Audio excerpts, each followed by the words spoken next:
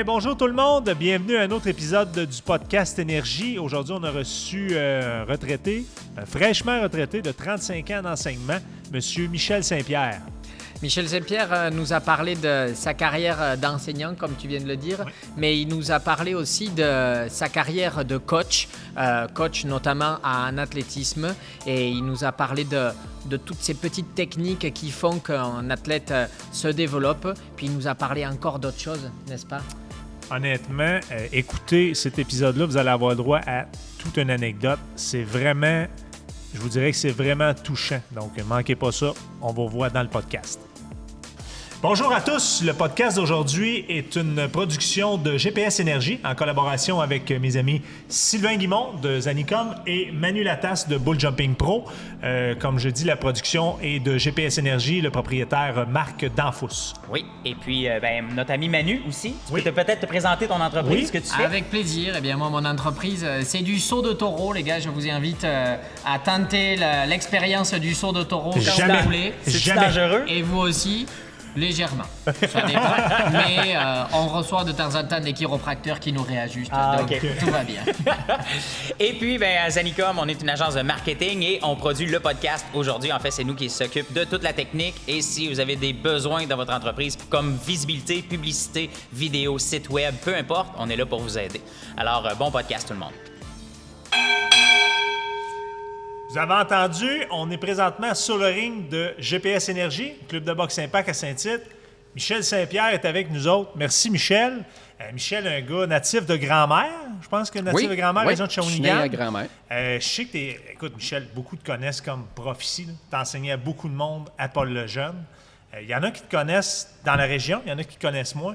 Tu pourrais-tu te présenter pour les auditeurs qui nous écoutent? Oui, certainement. C'est ça, Michel Saint-Pierre. Écoute, 35 ans, professeur d'éducation physique à l'école Paul-le-Jeune. Et puis, moi, j'ai débarqué ici comme par hasard. J'avais été engagé pour remplacer un enseignant. Et puis, après ça, je suis rentré par la grande porte. Puis, je quitte après 35 ans là, de travail, en tout cas, bien accompli. Et puis, tout ça m'a amené aussi à coacher parce que quand tu es prof d'éducation physique, là, tu as des jeunes autour de toi. Tu vois le talent qui défile devant toi. Fait que là, j'ai commencé à coacher et je me suis éparpillé dans plein de sports. J'ai vraiment eu une belle carrière, puis ça se continue avec le Club Mille-Pattes Mauricie. Puis t'as-tu, tu dis que tu as été 35 ans. C'est 35 ans toujours à Paul-le-Jeune. Tu n'as pas enseigné ailleurs. Toujours. J'ai remplacé un peu partout. Mais en 90, j'ai rentré à Paul-le-Jeune pour un long remplacement. Et puis après ça, l'année suivante, même chose, j'ai remplacé un petit peu. Après ça, un long remplacement. Puis ensuite, j'ai eu mon poste jusqu'en juin. Tu as travaillé avec, j'imagine, tu as travaillé avec mon oncle Gilles Danfous. Bien sûr. Les premières années. Gilles, il a peut-être été quoi? 7-8 ans, 9 ans peut-être avec toi, maximum? À peu près d'une dizaine d'années avec nous autres. Puis moi, je me rappelle, quand on est rentré à Paul-le-Jeune, l'école était renommée, par exemple, pour le hockey scolaire avec Gilles.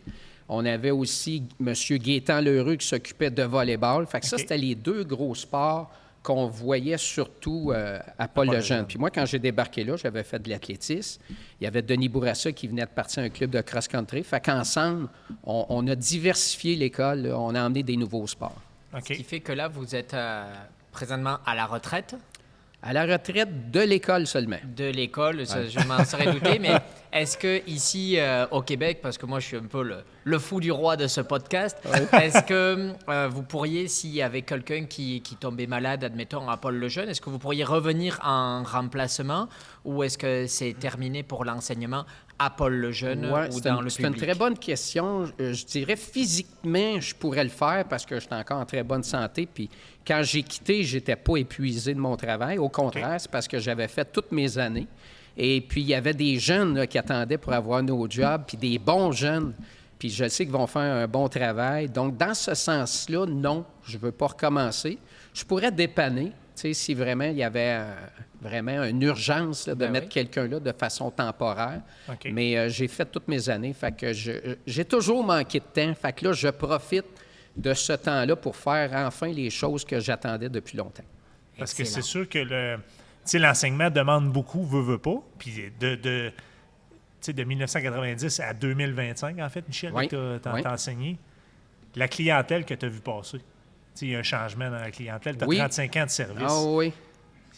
La différence, exemple, entre l'enseignement en 90 et l'enseignement en 2025, pas nécessairement au niveau du plan de cours, mais l'attitude des jeunes, comme le comportement, le type de clientèle à qui tu fais affaire, ça ressemble à C'est quoi? sûr, je me rappelle quand j'ai débuté, mais tu sais, tu commences un cours, puis tu veux être écouté, fait que tu es plus discipliné. Tu travailles vraiment là-dessus pour avoir le contrôle de ta classe au départ. Aujourd'hui, avoir le contrôle de sa classe, c'est très difficile. Parce que tu n'as plus de... Tu n'es plus backé, là. Tu n'es plus backé par les parents, tu n'es plus backé par la direction. Fait qu'il faut que tu mettes des gants blancs. Ça, c'est la grosse différence. Les jeunes sont pratiquement les mêmes. La différence, c'est qu'ils ont plus de distractions. Tu sais, des téléphones, là, il n'y en avait pas, là, il y a 35 ans. Et puis, la diversité des sports ou des activités qu'ils peuvent faire, il n'y en avait pas non plus. Dans le temps, là, tu jouais au hockey, tu jouais au baseball. Si tu faisais pas ça, là, et tu t'ennuyais, puis tu avais les sports à l'école. Tandis qu'aujourd'hui, là, les jeunes, là, il y a tellement de choix qu'ils sont éparpillés, puis ils n'ont pas le goût de s'investir beaucoup dans un seul sport. Fait que Ils veulent essayer plusieurs choses. Oui, OK. fait que ça, puis ils se tannent vite. Si c'est trop dur, ils se tannent. Fait que ça, c'est la grosse différence. Fait que c'est difficile pour un enseignant, par exemple, qui est passionné de communiquer tout ce qu'il a, ce qu'il veut, parce que les jeunes, ils peuvent se revirer et dire « allez voir sur Internet, j'ai pas besoin d'écouter tout ce que l'enseignant me dit. » Fait que c'est un gros contrat pour les nouveaux là, qui vont débuter, ceux qui vont me remplacer, entre autres, de garder l'intérêt des jeunes. Mais il y a de nouvelles stratégies que moi, je n'ai pas appris là, avec les derniers cours universitaires. Fait que je pense qu'ils sont quand même préparés à ça. Parce qu'on veut pas, tu sais, là je le dis, on jase, Michel, mais tu sais, le but, c'est pas de décourager les nouveaux enseignants. Là. Si tu veux y aller, c'est une belle profession, je suis sûr que c'est une belle vocation, mais c'était vraiment de savoir la différence entre le début de ta carrière puis là, l'évolution que tu peux avoir. Tu parlais des téléphones cellulaires. C'est un fléau là, dans les écoles actuellement. Oui. À partir de cette année, on m'a dit qu'il n'y a plus aucun téléphone dans l'école. C'est défendu. Donc, ça, je pense que ça va être une grosse adaptation, là, autant pour les élèves que pour les enseignants. Puis les parents aussi, tu sais, de garder ces téléphones-là à la maison, mais c'est une première. Là, fait que ça va commencer cette semaine. On revient en arrière. Back in 1990. C'est ça. Moi, j'aurais une question justement plutôt par rapport à l'athlète et l'athlète d'athlétisme. J'imagine qu'il y a un passé de gymnaste aussi quelque part derrière vous. Je le vois à la carrure. Et est-ce que ça a été difficile sur une terre de hockey comme ici, comme côté français, on est des rugbymen. Moi, je compare beaucoup le hockey au rugby au niveau populaire, autant au Canada que sur le territoire français. Est-ce que ça a été difficile pour vous d'instaurer l'athlétisme, de donner le goût aux jeunes de courir, puisque ici c'est plutôt tous les sports de glisse. Est-ce que vous avez eu du succès à ce niveau-là? Est-ce qu'il y en a eu plus dans le passé que maintenant, ou est-ce qu'il y en a de plus en plus maintenant, notamment avec une épreuve comme la course du petit shérif qui incite les gens à courir? Bien, en 1990, il n'y avait rien de ça, au départ. Moi, je me rappelle, il y avait eu, l'année précédente, avant que j'arrive, il y avait eu des athlètes qui avaient voulu participer à l'athlétisme. Puis je pense que l'école avait fini 19e sur 21 équipes. Fait que quand on a parti notre club, là, il y avait un engouement parce que c'était nouveau. Puis là, on a terminé 4e. Puis après ça, on a terminé premier, 17 fois premier en 21 ans. 17 ans, premier en 21 ans. Oui. Fait que là, on n'a pas eu de difficulté du tout pour répondre à la question, au contraire, parce qu'ici, il y a beaucoup d'agriculteurs, des jeunes qui sont en forme. Et puis, tous ces jeunes-là qu'on est allé chercher, là, c'était un plus pour nous autres. Et on pouvait rivaliser facilement avec toutes les écoles de la région. Même les écoles sport-études, on parle, exemple, des estacades et tout. Là. Oui, les premières années, on réussissait, mais après ça, là, on perdait ces athlètes-là. Parce qu'ils s'en allaient là-bas? Parce qu'ils s'en allaient là. Puis pas nécessairement de Saint-Tite, là, parce qu'à un moment donné, là, on a parti comme un club étoile. Là, c'était tous les meilleurs athlètes de la région. Et ces athlètes-là, maintenant, sont obligés de se rallier au sport-études pour faire partie de la Fédération québécoise d'athlétisme, puis avoir des subventions ou des facilités, des services supplémentaires. OK. Fait que c'est plus possible de rivaliser avec eux autres, mais On lui fait la guerre pareil. Là. On c'est bon. On finissait pareil deuxième. J'aimerais ça rebondir juste sur que c'est quasiment une affirmation, ce que vous avez dit, c'est que les enfants d'agriculteurs, et c'est beau pour la profession, c'est des enfants qui sont habitués à donner du foin, à remuer peut-être du fumier ou à travailler dans d'autres domaines de l'agriculture, mais ça fait des jeunes solides. Est-ce que c'est peut-être plus difficile de faire progresser ce qu'on pourrait appeler quelque part des jeunes de la ville ou des jeunes qui n'ont pas grandi dans un milieu agricole, ou est-ce que ces deux publics-là sont capables de progresser aussi rapidement les uns que les autres? Je pense qu'on peut les faire progresser aussi rapidement. L'avantage qu'ils ont, c'est la proximité des installations sportives. Tu sais, quand tu restes à Shawinigan, il y a plusieurs terrains de jeu, il y a une piste d'athlétisme à l'École des Chutes. Ici, quand tu restes à Saint-Tite ou à Saint-Roch-de-Méquinac, là, tu es loin. Là, il faut que tu trouves un lift pour venir t'entraîner. Ça, c'était peut-être notre difficulté jusqu'à ce qu'on réussisse à fournir un transport après l'école, un transport à 6 heures qui permettait aux élèves de s'entraîner après l'école puis après ça, de repartir en autobus. Fait que ça nous a aidés. Mais pour les gens de la ville, ils ont certaines facilités quand même. Faut juste trouver les bons athlètes. Est-ce que ça a forgé plus le caractère, tu penses? Les gens peut-être de la région versus ceux de la ville, d'avoir moins de facilité, d'avoir moins d'équipements auxquels ils ont accès, dire, regarde, peut-être user peut-être plus d'ingéniosité pour s'entraîner versus quelqu'un qui covoiturage puis des trucs comme ça.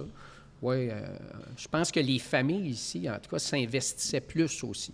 Okay. S'investissaient plus, on faisait des campagnes de financement, puis quand on venait travailler ici au Festival Western, bien, ces familles-là, ils s'investissaient beaucoup. Là. Moi, je pense que quand on en a moins, c'est plus, parce que ça fait aussi partie de mon passé. Moi, j'habitais loin des structures sportives, côté français, mais je m'entraînais plus que ceux qui habitaient à côté des structures sportives. Puis quand on arrivait le dimanche au meeting, je me classais. OK. C'est ça. Oui, je pense que c'est un peu la même chose. Ça. Que c'est vraiment plus au niveau de...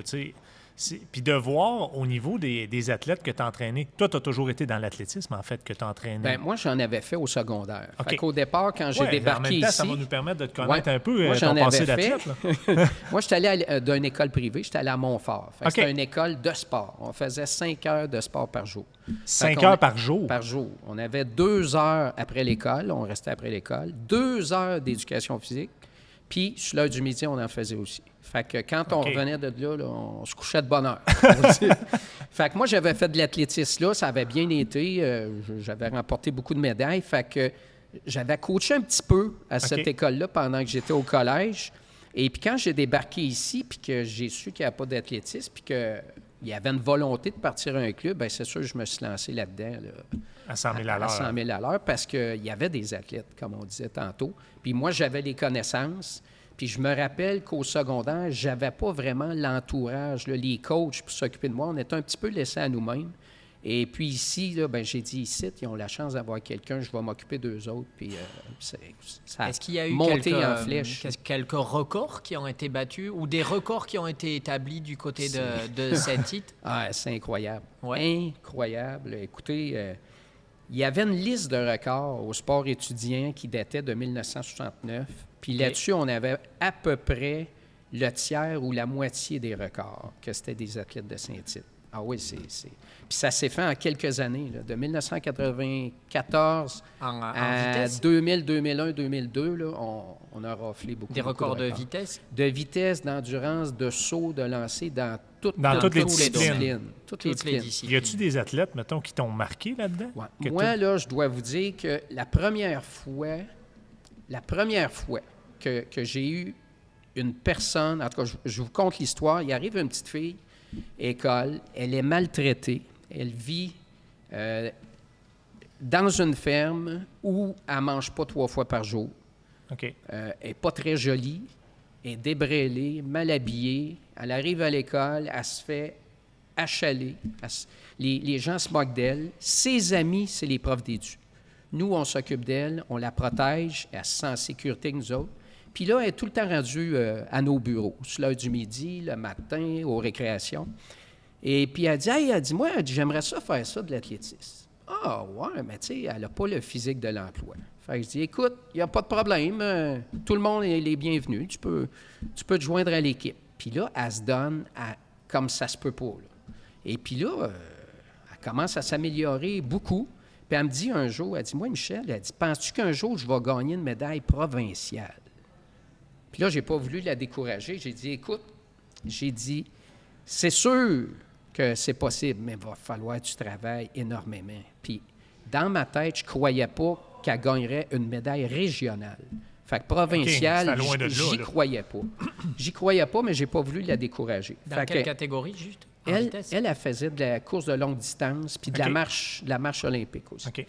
Et puis après ça, elle a commencé vraiment à devenir bonne, perdre du poids. Puis on l'avait sortie de son milieu familial. Elle était rendue d'une famille d'accueil. Puis là, elle était bien encadrée. Wow. C'était ma première médaillée provinciale. Celle-là? Puis à cause d'elle, j'ai continué de coacher pendant presque 40 ans. C'est à cause d'elle. C'est ta motivation. Oui, c'était la première. Puis ça, là, ça m'a tellement motivé. Je me suis dit, sans m'en rendre compte, j'ai été significatif pour cette personne-là. Puis si je peux aider d'autres personnes à réaliser leurs rêves, il faut que je reste là. Et puis j'ai continué de m'impliquer. Puis il y a eu plein de belles histoires comme ça pendant des années. Et ça m'a gardé motivé toute ma carrière. Bien, c'est sûr. Puis c'est une très belle histoire aussi. Oui. Tu sais, c'est la preuve que quelqu'un qui met les efforts, qui persévère... Et qui a la foi. Peut atteindre ses objectifs. Je dois vous dire que 10 ans plus tard, il arrive quelqu'un dans nos bureaux en éducation physique. Les gars disent « Hey, Michel, il y a quelqu'un pour toi. » Je vois une femme avec un homme. J'ai aucune idée c'est qui. Elle dit « Michel, me reconnais-tu? » Là, je regarde les yeux. J'ai dit « Voyons, t'es pas celle que je pense. » Elle me dit « Oui. » Puis elle dit « Je voulais te présenter mon mari. » Puis elle dit « Tu vas être fier de moi. » Elle dit « J'ai fait le marathon de Montréal. » Puis j'ai fini 81e. Ça, au marathon de Montréal? Oui, sur 35 000 personnes. C'est ça, je partais pour dire. Il y a des milliers. Je vous compte ça, là, puis j'ai les frissons encore. Wow. Fait que cette personne-là, pour la vie, c'est devenue une championne. Fait qu'elle, là, son destin maintenant, là, il est entre ses mains. Puis je pense que le sport nous permet de réveiller cette flamme-là que des jeunes ont. Tu sais, des fois, ils ont un manque de confiance. Puis souvent, nous, les coachs, on est plus... je dirais, on a une meilleure oreille que les parents. Parce que les parents, tu sais, sont là pour faire l'éducation de l'enfant. Ouais. Mais nous autres, on est le confident. On est la personne qui connaît tout. Parce que je me souviens que j'avais un médecin, je coachais ses filles, puis il avait beau donner des conseils alimentaires à ses filles, les filles n'écoutaient rien. Puis moi, je disais, c'est une petite affaire, puis ils écoutaient tout. Puis là, il n'en revenait pas. Il dit, moi, je suis médecin, puis je connais rien. Il m'écoute pas, c'est ça, il m'écoute pas. Ça. Mais... Fait qu'un coach, c'est vraiment significatif. Là, on peut vraiment changer la vie d'un jeune. Là. Fait que faut faire attention aussi, parce que ça peut être destructeur aussi. Ouais. Mais les bons coachs, là, ils peuvent être vraiment extraordinaires. Est-ce que toi, mettons... Ben, écoute, toi, tu la connais, on ne la nommera pas, là, la petite fille, qui est une femme aujourd'hui. Est-ce que tu voyais déjà en elle une grosse force de caractère ou c'est vraiment une surprise totale, tu n'aurais jamais gagé dessus? Ça s'est fait au cours du temps, là, parce qu'au début, je ne savais pas pantoute là, ce qui se cachait derrière cette fille-là. La seule chose, c'est qu'on ne voulait pas la laisser dans la misère. Okay. Fait que ça, c'était important qu'on soit là pour elle. Et ça m'a prouvé que tout être humain, aujourd'hui, peut devenir ce qu'il veut. Elle m'aurait dit, je vais être mannequin, elle pourrait le devenir. Il faut mettre les efforts, puis il ne faut pas compter nos heures. C'est la clé du succès. Parce que je dirais que tu as eu le côté enseignant, tu as eu le côté coach. Oui. Tu as eu les deux. OK? Je sais que probablement que tu as eu des hauts et des bas, autant comme coach que comme enseignant. Les deux, on te demanderait, exemple, d'en choisir un des deux. Lequel tu choisirais que tu as aimé le mieux pratiquer? OK. Hey, c'est dur, ça. C'est très, très dur. Moi, je vous dirais... Oui, c'est ça. Ouais, moi, je vous dirais, j'ai eu la chance, comme coach, d'avoir beaucoup d'admiration de plein de collègues de travail, des parents, des amis, des gens de partout dans le pays. Quand tu es enseignant, c'est sûr que tu es plus face à la critique. Okay. Si tu coaches, mais que tu enseignes comme tu coaches, là tu es dans le trouble. OK. Parce que tu ne dois pas enseigner comme tu coaches. Parce que coach, on est plus directeur. On là, pousse, tu sais, on ouais. dirige, on pousse. Ouais. Mais comme enseignant, il faut doser parce que ce pas tous des athlètes devant nous autres. Fait que moi, j'ai eu à me battre un petit peu avec ça Entre les durant deux. ma carrière. À faire attention. À faire attention. Puis je peux vous dire que je me suis beaucoup amélioré au fil du temps parce que j'ai constaté qu'on ne peut pas coacher quand on enseigne. Il faut vraiment y aller avec les jeunes qu'on a, puis respecter leurs limites. Et puis, il faut faire attention tout le temps parce qu'il y a des gens sensibles. Est-ce que aussi. ça vous est arrivé de pousser des jeunes dans le rouge ou de les avoir ramenés trop loin? J'espère que non. J'espère que non. J'ose croire que non. Tous ceux que j'ai eu la chance de coacher là, puis qui ont travaillé vraiment, vraiment très fort, je pense qu'ils ont toujours été reconnaissants de ça, puis ça leur Ouais, a ouais. apporté des choses que jamais ils auraient réussi. Non, mais c'était pas À une forme de atteindre, là. critique, mais peut-être des fois Ouais. à penser qu'un jeune a trop de potentiel ou un certain potentiel, puis ben, il claque en vol, quoi. Finalement, Ouais, non, non, non, pas à ma ce sont connaissance. des choses qui arrivent au moins dans le sport professionnel, mais là, on est quand même dans l'amateurisme. Oui, puis moi, je vous dirais, j'ai toujours eu le même principe. Ce que je demande à un élève, c'est parce que je suis capable de le faire. Si je ne suis pas capable de le faire, j'exigerai jamais quelque chose que je n'ai pas fait moi-même. OK. Fait que ça, c'était ma première limite. Puis ma deuxième limite, ben, c'est que tout le monde se sente à l'aise. Personne ne se sente, je dirais, ridiculisé parce qu'il n'est pas capable de faire une tâche, là. Fait que Ben, je me même, préoccupais je de peux ça. te dire, Michel, moi, je t'ai eu comme professeur. Là. On ne l'a jamais senti. Je t'ai pas eu comme coach, là. Ouais. Mais je suis certain que tu étais aussi bon comme coach que tu l'étais comme enseignant. C'est vrai qu'on l'a senti, cette philosophie-là, que c'était on va te pousser parce qu'on va te pousser jusqu'où toi tu veux aller, puis on va te pousser parce qu'on sait que tu es peut-être capable de te dépasser. Tu sais, tu avais peut-être aussi à te battre avec ça entre je peux pousser un jeune que c'est un athlète, mais je peux aussi pousser un élève. C'est pas un athlète, mais au moins, il montrer qu'il est capable Ouais, d'aller c'est plus ça. loin, que C'est qu'est-ce ça. qui se met comme Puis barrière c'est dans là sa que la tête. zone est un peu grise. Tu sais. Y a-tu assez le caractère de vouloir se rendre jusque-là? Sinon, ben on lâche prise, là, tout simplement. Ouais. Et si on me parlait des 1000 pattes? Oui. Excusez-moi. Ben non, vas-y. Excusez-moi. Et si on me parlait des Ouais. 1000 pattes, parce que je crois que c'est un de vos plus grands accomplissements. Et puis c'est aussi un gros partenaire de la course du Petit Shérif, Oui. du gym GPS. Et on vous voit participer, on vous voit sur le podium. Est-ce que vous pourriez nous en dire plus sur les 1000 pattes? Bien, le Club 1000 pattes, là, c'est vraiment ça aussi par hasard que j'ai joint le Club 1000 pattes, parce que moi, je coachais depuis à peu près une vingtaine d'années au OK. niveau de la Fédération québécoise d'athlétisme. Et puis, j'étais responsable au niveau technique du groupe des lanceurs. Fait que tous les camps d'entraînement, toutes les compétitions nationales, internationales, c'est moi qui orchestrais, si on veut, l'entraînement de ces athlètes-là.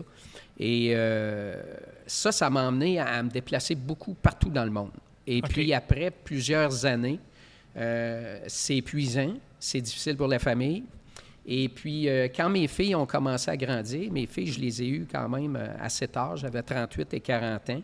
OK. Bien, eux autres, ils ont suivi les autres, puis ils faisaient de la compétition, puis il y a un de mes amis, il dit « Hey, il dit, mes filles, je les ai inscrites au Club 1000 pattes. Il dit, c'est assez le fun, il y a des courses partout en Mauricie. Puis il dit, gagne des médailles. Puis moi, mes filles étaient jeunes. Fait qu'avant qu'ils commencent à gagner des médailles au niveau provincial, je me disais, je pourrais les inscrire là-dedans. Fait que j'ai inscrit mes filles, puis 2 ans plus tard, moi, je me suis rajouté. Et puis, la 3e année, là, j'ai rentré sur le conseil d'administration. OK. Et depuis 10 ans, là, je suis président. Fait que moi, ce que ça m'a amené, c'est une stabilité parce que là, j'ai pu sortir du Québec. Non, c'est ça. Toutes les courses, c'est régional. Puis les adultes dont je m'occupe, ben c'est des adultes qui sont autonomes. Fait que quand ils vont faire des courses, j'ai pas besoin d'être à D'être côté là. d'eux autres. Puis moi-même, ça m'a permis de m'entraîner parce que j'étais tellement occupé que je m'occupais plus de ma santé. Puis là, je me disais, hey, ça va me donner l'opportunité, moi aussi, de courir. Fait que c'est un peu ce que je fais avec le Club 1000 pattes. J'organise des entraînements, je cours avec eux autres. Et puis, on a des semaines faciles, semaines moyennes. Et hier, très difficile. Très difficile. Fait que Il y a une modulation dans oui, la oui, dans oui. la charge Puis la d'entraînement. semaine prochaine, on va revenir en récupération en semaine facile. Faites, Fait que, trois blocs. Oui. Ça se passe en semaine. voilà. C'était justement, vous avez anticipé ma prochaine question. Ça va raccourcir le temps de l'émission, mais j'avais envie de parler de préparation physique avec vous. Donc, un bloc facile, un bloc moyen, un bloc dur. Est-ce qu'il y a d'autres grandes lignes comme ça en matière de préparation physique? Oui, puis moi, je dirais le plus important dans tous les sports, c'est pas juste l'athlétisme ou la course à pied, c'est de faire des exercices spécifiques. Parce que souvent, on va voir, par exemple, je prends un lanceur au baseball, il va faire du bench press. Exact. Il va faire du squat. Hey, pourquoi tu fais ça? Ça te donne rien de faire ça. Toi, tu as besoin de travailler ton épaule pour que ton articulation soit souple. Puis il faut que tu lances des balles rapides. Fait que moi, j'ai passé ma vie à enseigner des exercices spécifiques. Puis comme j'ai un passé de culture physique, j'ai fait du culturisme pendant quelques années, j'ai appris les bons exercices, j'ai appris comment les faire comme il faut. Et puis, c'est sûr qu'avec les athlètes qu'on a, je ne fournis pas un plan d'entraînement complet, mais sur demande, oui, je le fais. Fait que s'il y en a qui veulent vraiment aller jusque-là, bien là, on leur fournit ce qu'il faut. Là. Mais je vous dirais, c'est ça la différence. C'est faire des choses spécifiques, pas faire des choses qui ne servent à rien. On perd du temps et on peut se blesser. On pourrait faire une émission de 4 heures. Oui, c'est ça. C'est comme en fait, c'est comme si on disait, tu sais, mettons, tu vas monter le Mont Everest. Ouais. Tu vas être en forme. Il y a des chances, mais tu vas être en forme pour ta discipline. Voilà. Tu le seras pas. Voilà. Moi, je me rappelle, le collège Shawinigan, il y a une vingtaine d'années, m'avait fait venir comme conférencier. Puis là, je lui demandais, qu'est-ce que vous faites à l'entraînement? Puis là, il y en a un qui me dit, on nage pendant 1 heure de temps. Oui, mais j'ai dit, vous arrêtez? Ou non. Il dit, on nage, on travaille notre technique. Il dit, pourquoi vous faites ça? Puis c'est la même affaire pour la boxe. On avait Patrice Lheureux. Je le voyais à grand-mère, il courait pendant 1 heure de temps. Il dit, pourquoi tu fais ça, Pat? Il dit, pour avoir du cardio. Oui, mais j'ai dit, les rondes de boxe, ça ne dure jamais 1 heure. Pourquoi tu cours 1 heure? Pourquoi tu ne fais pas des 800 mètres vite qui durent à peu près 3 minutes? Puis il dit, après ça, tu te reposes 1 minute, puis tu repars. Il dit, tu devrais faire des intervalles. C'est plus spécifique, moi, c'est ça. Hein? Je m'en parlais à mon coach. Fait que son coach, à l'époque, pour la préparation physique, c'était André Perrault. Il l'a congédié, puis il t'a engagé. Non, c'était André Perrault à l'école. Fait que j'avais parlé de ça à André. Puis André, il avait commencé à y faire de la côte.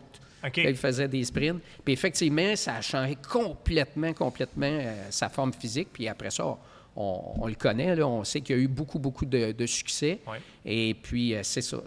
Moi, je pense que c'est d'être spécifique pour ne pas s'éparpiller. C'est intéressant ce que vous dites. Et puis, on arrive tranquillement à la fin de cet enregistrement. Moi, j'ai eu un coach qui est décédé maintenant, qui avait plus de 90 ans à la fin. Puis, j'avais une confiance en lui. Vraiment, j'aurais traversé le feu avec lui. Mais c'est le coach, il est capable et il sait vers comment gérer son athlète, où il peut le pousser. Et il sent aussi des fois à la place de l'athlète ce qu'il y a de mauvais pour lui, puis il sait réadapter pour réorienter l'athlète dans la bonne direction. Et puis, moi, mon coach, il me disait toujours, mon but, c'est que tu saches t'entraîner. Puis je suis devenu coach aussi. Grâce à lui, mais je réentends chez vous ce type de choses. Il ne faut pas être orgueilleux. Tu sais, des fois, on peut prescrire quelque chose, mais ça ne marche pas avec un individu. Ouais. On est tous différents. Fait qu'il ne faut pas rentrer tout le monde dans le même moule. Puis il faut être capable de dire, bon, ça ne marche pas, on va modifier pour atteindre l'optimum. Est-ce qu'on l'assomme? Oui. Ouais. Ben il faut l'assommer. Avec des mots, Michel, on ne frappera pas. Il n'y a pas de stress, même si on est sur un ring, personne ne te frappe. La question qui tue. Oui. Quelle question t'aurais aimé qu'on te pose? Je sais pas, moi. Qui t'a inspiré le plus pour devenir coach ou des... Qui t'a inspiré le plus pour devenir coach? Tiens. Il y en a eu plusieurs. Mais je vais vous parler de quelqu'un de natif de Saint-Tite. Je sais pas si vous le connaissez, Raymond Veillette. Oui, Raymond Veillette, il m'a enseigné, Raymond. C'est un gars qui a inventé des exercices. Puis lui, il était vraiment axé sur le spécifique. Et puis, je me rappelle, j'avais vu ce gars-là à la télévision avec Mélanie Turgeon. Oui. Il faisait sa préparation physique. Puis Mélanie, à l'époque, que les ballons suisses, personne ne connaissait ça, était debout là-dessus en position de ski alpin. Et puis, elle travaillait son équilibre, puis elle faisait bouger, elle faisait sauter là-dessus. Puis après ça, sur une clôture à vache, là, j'ai dit, « Wow, ce gars-là, il invente la roue. » c'était pas des appareils comme il y a ici dans le gym, mais il inventait des choses qui servaient directement à son athlète. Bien, ça, c'était, entre autres, un entraîneur qui m'a inspiré. Parce qu'il il se documentait pas juste dans les Non. livres. Il allait chercher, puis il inventait des choses. Puis moi, ben j'ai inventé plein de trucs pour Ah, mes bien. athlètes. Puis ça, je pense que ça a fait de moi un entraîneur particulier par rapport à... Michel Saint-Pierre. Tu avais ton style à toi La aussi. légende. là. Oui, Ça a fait oui. Michel Saint-Pierre. Puis juste une petite parenthèse, tu parlais de Raymond. Moi, Raymond, il m'a enseigné à l'université. Puis ce que tu dis, Ouais. c'est vraiment ça. Raymond, Ouais. c'était une bible. Des exercices Ah, qu'il a ouais. enseignés, qu'il a inventés.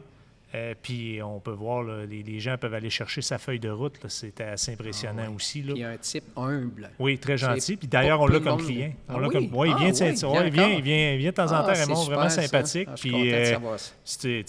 tu viens t'entraîner quand tu veux, Michel. Tu vas pouvoir le croiser. Ça tu se vas peut que pouvoir- vous allez me voir, là, à cette heure, je suis à la retraite. Ah, c'est correct, ça. Pour me garder en forme. Ben oui, ben oui, ben oui.